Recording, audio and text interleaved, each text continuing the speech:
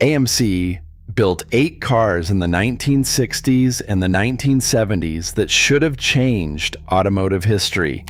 Then they buried every single one. Here is what they killed and why it still matters.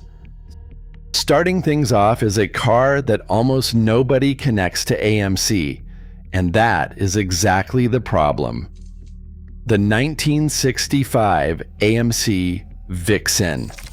Designed by Dick Teague, the man who shaped AMC's entire visual identity through the 1960s and the 1970s, the Vixen was a long hood, short deck, fastback coupe built to prove that AMC could do style. Not just practical, not just affordable, actually stylish. The front end carried a quad venturi grille with rectangular headlamps set so far back into the bodywork that they looked recessed. The hood had a functional air intake blister, not decorative, actually working. The roof had a row of vents angled at 45 degrees, designed to improve visibility when reversing. The rear window was finished in such a deep concave recess, with black paint and precisely curved angles, that it appeared to disappear entirely into the body.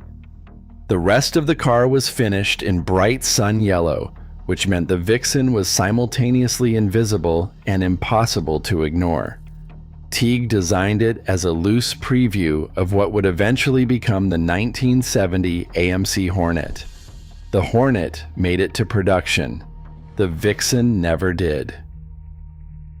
Next is the car that started something AMC never quite finished. The 1966 AMC Vignale AMX Prototype. In 1965, AMC's design team, led by Chuck Muskegon and Richard Teague, decided to build a 2-seat sports coupe as part of Project 4, a series of internal idea cars designed to test bold new directions. 4 concepts were shown in private previews. The Vignale AMX was the clear favorite. The original prototype was fiberglass with no engine. Then AMC handed the project to Italian coach builder Vignale, who built a fully steel-bodied version in just under 90 days. That version had a 290 cubic inch Typhoon 5.8, hidden A-pillars, a cantilever roof with a built-in roll bar, a rear fold-down seat, and a ramble seat tucked behind the front occupants. Richard Teague pushed for the name AMX, and it stuck. The wheelbase was 98 inches, close enough to the final production model that the Vignale was clearly the direct ancestor of the car that eventually reached dealerships in 1968. The Vignale itself never did. But every AMX that ever ran a quarter mile owed something to it. Coming up next is the one that still sounds like science fiction. The 1967 AMC Amitron was built as a joint project between American Motors and Gulton Industries. The Amitron was an electric city car measuring just 85 inches long and weighing 1,100 pounds. It seated 3 people and it looked genuinely strange. And underneath that body, it contained engineering that the rest of the automotive world would not catch up to for decades. The battery system combined nickel-cadmium cells for acceleration with a lithium pack for sustained cruising, achieving a range of up to 150 miles at 50 miles per hour. That number in 1967 made every other electric vehicle on the planet look irrelevant. But the detail that matters most is the regenerative braking system. When the Amitron slowed down, the electric motors reversed into generators and fed power back into the batteries. AMC was the first American automaker to develop and demonstrate that system. The Toyota Prius arrived in 1997. The Amitron demonstrated the same core idea in 1967. AMC shelved the project because the battery cost made production financially impossible. The car made one final public appearance in 1977, repainted and renamed the Electron at the Chicago Auto Show. Then it disappeared into the private collection of Chuck Mashigan, the very AMC design chief who had helped create it. It sat hidden for nearly 50 years until it was discovered in a barn and eventually made its way to the Peterson Automotive Museum. Here is one that arrived exactly 1 year too early to matter: the 1968 AMC AMX-GT. Richard Teague took the Javelin, shortened the wheelbase to 97 inches, chopped the roof, trimmed the tail, and produced a fastback coupe that looked like nothing else on an American road. It debuted at the New York Auto Show in red with a white stripe running the full length of the car and over the roof. Plain flush wheel covers, side-mounted exhaust, a ram air hood scoop, a roof spoiler, and fixed rear side windows with no B-pillar at all. Clean and serious. The wheels were later upgraded to 5-spoke alloys and Goodyear white letter tires, and the hood and roof went to dark blue, creating a two-tone scheme that made it onto early AMC race cars before the company standardized on red, white, and blue. None of that made it to a showroom as a production model, but the side pipes showed up on 1969 Javelins and AMXs. The hood scoop inspired the 1970 Geo package. The flat black shadow mask paint became a 1970 AMX production option, and the shortened tail treatment reappeared on the 1970 Gremlin. Teague had a talent for designing things AMC could not quite afford to build, then harvesting the pieces for the cars they could. 4 cars in, and every one of them was buried. The next 4 pushed further still. A mid-engine, 2-seater, built with a tall design that could hit 165 miles per hour. A mid-engine supercar that beat its own speed targets at Monza and still never reached a buyer. A van that stopped crowds in 7 cities and could not even open its doors. And one car AMC was so confident about that they had already ordered 24 additional test units before the program collapsed entirely. Do not skip any of these. Here is where AMC stopped pretending and started building something genuinely serious. The 1969 AMC AMX-2.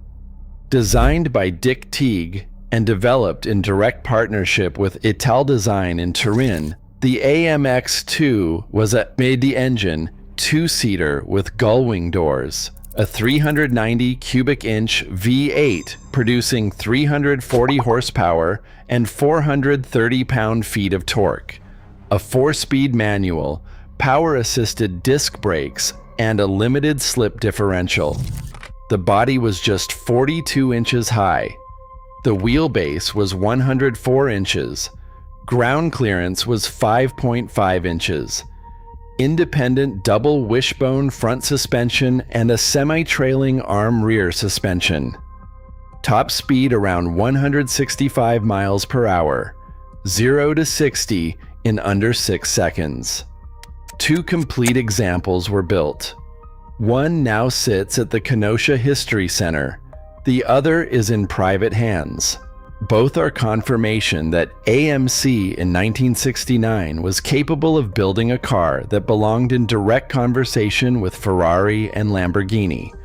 The production program was never approved. The prototype survived anyway. Next is the one that actually went to Italy and proved the point on a real circuit, the 1970 AMC AMX-3. Styled by Dick Teague and engineered by Giotto Bizzarini, the same man responsible for the engine of the Ferrari 250 GTO and the Iso Grifo, and hand-built at Autocostruzioni SD in Livorno, the AMX-3 was a mid-engine sports car that arrived at the 1970 Chicago Auto Show looking like it came directly from a Modena design studio.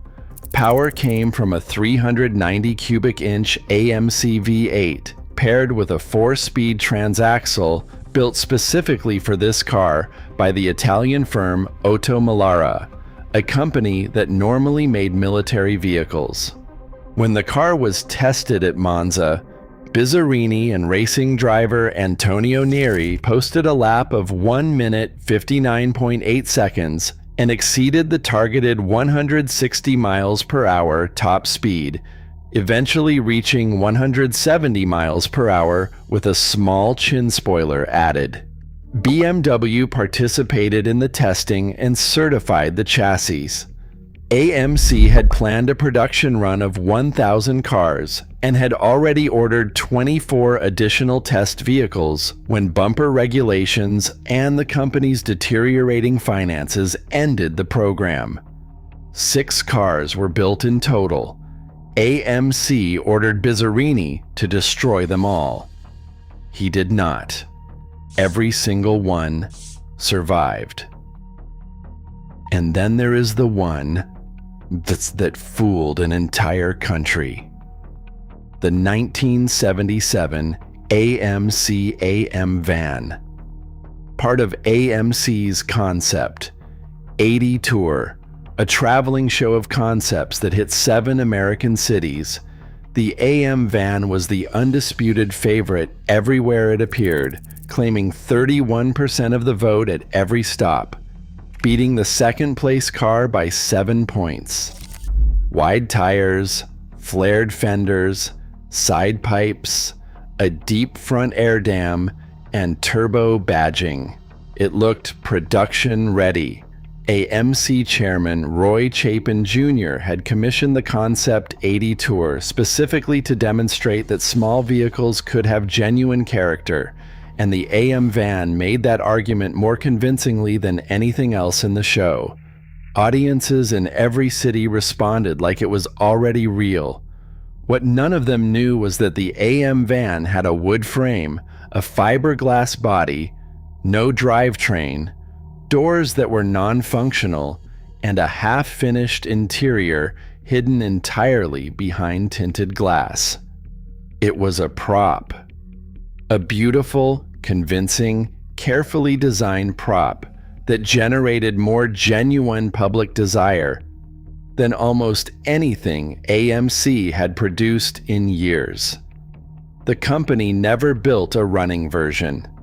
Richard Teague, the designer behind the Javelin, the AMX, the Jeep Cherokee, and now this. Watch the crowds react to something that could not move under its own power. AMC folded in 1988. The van still exists. It sold at RM Sotheby's in 2022. 8 cars, all physically built, all tested, all buried. AMC had the engineers, the designers, and the ideas. They just never had the nerve to see any of it through. Drop the one that should have made it in the comments.